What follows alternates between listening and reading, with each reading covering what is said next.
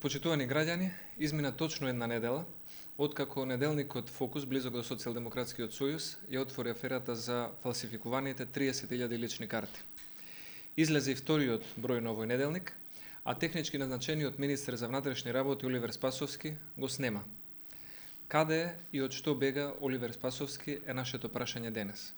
Дали техничкиот министер Спасовски се обидува да прикрие нешто со оваа афера, или да прикрие некого во оваа афера, или да ја прикрие својата неспособност да извршува оваа одговорна функција. Нашето прашање денес, господин Оливер Спасовски, мислиме дека заслужува одговор, а тоа е дека Република Македонија не смее да биде ничи заложник, посебно не пред овие важни избори следната година. Граѓаните заслужуваат избори без ниту една дамка, на кои избори мора да победи народната волја. Не смее да се остави ниту најмал простор за сомнеш и причина некој повторно да ја оспорува одлуката што ќе ја донесе народот во Република Македонија.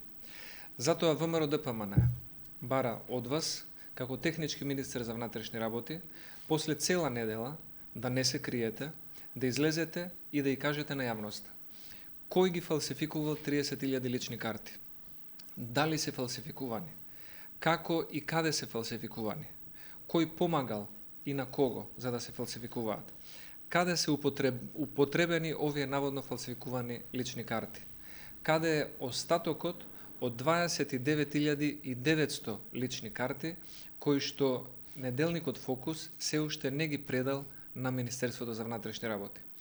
Господине Спасовски, повеќе нема бегање од одговорноста. Од страна на Социјалдемократскиот сојуз, вие бевте предложен и потоа избран за технички министер за внатрешни работи. Вие ги имате сите овластувања и сите ресурси во најкус можен рок да ги изведете виновниците пред лицето на правдата.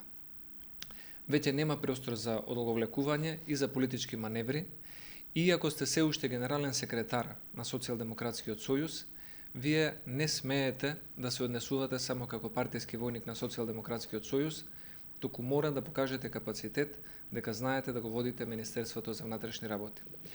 Не можете да ја манипулирате јавноста дека Министерството за внатрешни работи порано имало капацитет да открие цела мрежа на лица осомничени за учество во терористичките акции на ИСИЛ, а сега дека нема капацитет да реши една ваква очигледна афера која што ја откри неделник близок до вашата партија.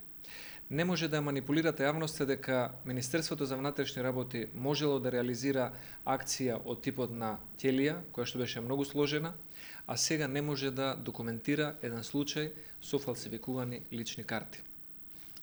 Неделникот Фокус, кој што е близок до Социјалдемократскиот сојуз, ви го даде случајот на Тацна.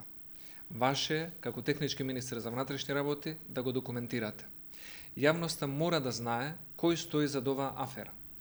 Доколку некој фабрикувал лични карти, треба да сноси законска одговорност за тоа.